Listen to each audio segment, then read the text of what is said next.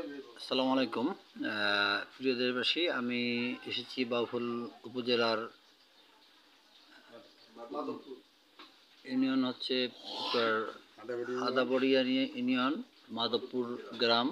তো এখানে গতকাল বেলা আনুমানিক 9, সাড়ে 9টার দিকে এখানে আহ, তারা 4 ভাই, 5 ভাই,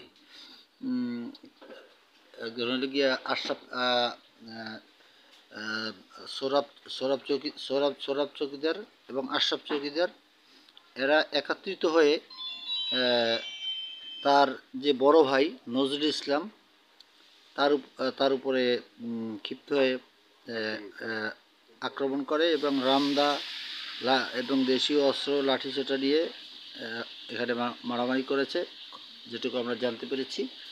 তো তার ভিত্তিতে আমি ওসি সাহেবের সাথে কথা বলে আমি আজকে ঘটনাস্থলে আসলাম।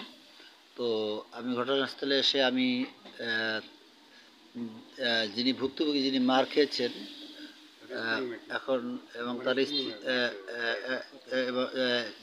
যাদের উপরে আক্রমণ করেছে এবং যারা করেছে তাদেরকে এলাকায় খুঁজে পাওয়া যায়নি, এবং যার উপরে অত্যাচার করা হয়েছে তার বড় ভাই, তাকে আমরা খুঁজে পেয়েছি এবং এলাকার কিছু জনগণ এখানে পেয়েছি যারা ঘটনাস্থলে ছিল। তো সাথে রয়েছি আমি, সাংবাদিক সালেহ বিপ্লব, স্টাফ রিপোর্টার ক্রাইম, দুর্নীতির তালাশ। তো সাথেই থাকুন, শুনতে থাকুন আপনারা এবং দেখতে থাকুন যে আপনারা যে দেশে জমি জমা নিয়ে কীভাবে মানুষজনের অত্যাচার চলছে। তো আমি এখন সরাসরি চলে যাচ্ছি যে ভুক্তভোগী যার উপর অত্যাচার হয়েছে ওনার কাছে আমি কিছু প্রশ্ন করব, প্রশ্নগুলো উত্তর জানবো। তো ভাই, আসসালামু আলাইকুম। ওয়ালাইকুম আসসালাম ভাই। আপনার নাম কি? আমার নাম মোহাম্মদ নজরুল ইসলাম, আমার বাবার নাম ফয়জুল আলী চৌকিদার। আমরা 5 ভাই। আমার বাবা মারা যা আমার বাবা সম্পত্তি আমাদের 5 ভাই নামে লিখে দেওয়ার পরে আমাকে এক দলিলই দেয় 81%, যার যার নামের দলিল আলাদা, সে সম্পত্তি তো আছেই। এবং আমাদের যার যার সম্পত্তিতে শর্ট ছিল, ওই মানে পূরণ করতে আমার আব্বা লিখে দেয়।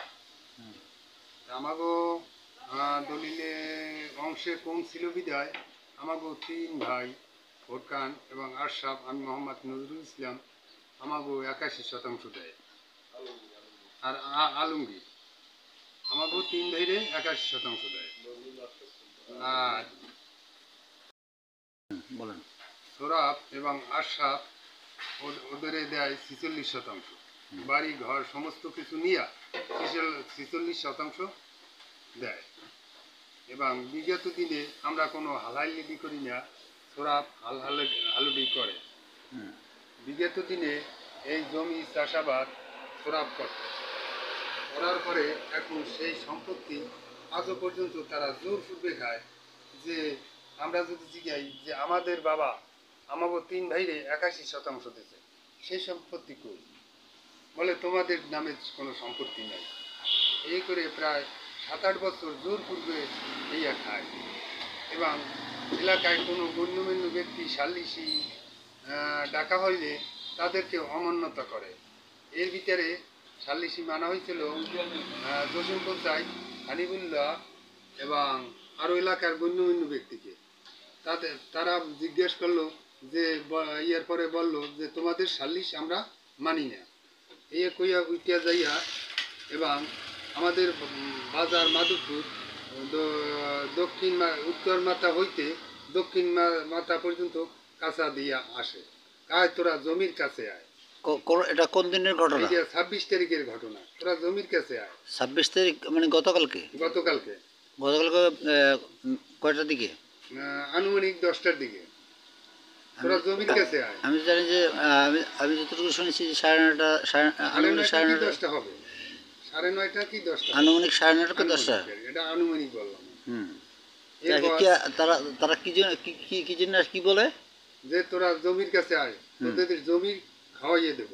হুম এরপর সোরাব এবং আশরাফ কাছা দিয়া আমাদের আলমগীর ছোট ভাই, ওদের বাড়ির কাছে আমরা যাই। যাওয়ার পরে রান্দাও, আপনারা কি অস্ত্র আপনাদের হাতে কি ছিল? আপনার কোনো অস্ত্র? আমাদের হাতে কোনো অস্ত্র ছিল না, আমরা গেছি খালি, আমরা মাধবপুর বাজারে আসছি। রান্দাও এবং লাঠি সোটা নিয়া আমাদের কাছে আইসা এলোপাতারি বাড়ি মারে। সেই বাড়ি আশরাফ বাড়ি মেরে সেই বাড়ি সোরাবের মাথায় পড়ে। হুম। এই কইরা তারপরে তারা পটুয়াখালী দিয়া আমাদের নামে মিথ্যা মামলা দেওয়ার হরানি করতে চায়। তো আপনি কি কালকে মেরেছিল? হ্যাঁ, আমাদের কালকে মেরেছিল। কাকে আমি বাউপাল আপনি কাকে মেরেছে? আপনাদের মারছে, আমাকে মারছে, এর আগে আমার স্ত্রী মারছে আরো 2-3 বার। এলাকায় সাক্ষী সুমার অনেক আছে। তারপরে আর আর এর পরের দিন আমার গতকালকে আমি যখন ওই জমির কাছে যাই, তখন ওই লাঠি সোটা লইয়া পড়িয়া রান্দাও লইয়া আমাকে মার দৌড় করে। হুম। আমি বাউপাল হাসপাতাল ভর্তি হই। ভর্তি হওয়ার পরে এবং তারা করছে কি, ওই যে মাথায় হসপিটালে আমার মাথায় বাড়ি দেওয়া ধরছিল। হসপিটালে ভর্তি ছিলেন গতকাল কয়টার সময়? আনুমানিক 11টা কি 10:30টার দিকে ওইটার ডাক্তারের প্রেসক্রিপশন আছে? আছে। আচ্ছা, ঠিক আছে। তারপরে এর পর